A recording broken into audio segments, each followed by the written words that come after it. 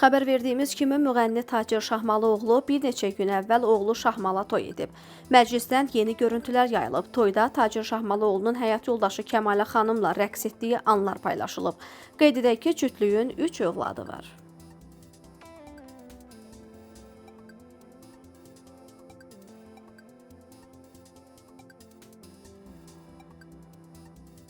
Xalq artisti Səkinə İsmailova ən böyük arzusundan danışıb. Xəzər axşamı verilişində qonaq olan sənətçi uşaqlıqda hüquqşünas olmaq istədiyini bildirib.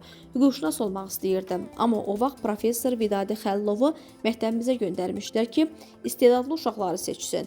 Məktəbdə ansambl düzəltmişdilər. Məni də evdən oxumağa qoymurdular. Amma bildirmişdilər ki, Səkinə xanımın səsi var. Məni oxutdurdular. Daha sonra dedim ki, oxumaq istəmirəm. Hüquqşünas olmaq istəyirəm. Axırı bu alovun içinə məni Vidadi müəllim atdı. Qismət belə oldu ki, qızım hüquqşünas oldu. Bəlkə də uşaqlıqda eşitmişdi, içində qalmışdı ki, anamın belə bir arzusu olub. İndi deyir ki, sənin arzunu yerinə yetirmişəm. Əslində fikrində də bu sahə idi. Qızım mənim arzumu reallaşdırdı.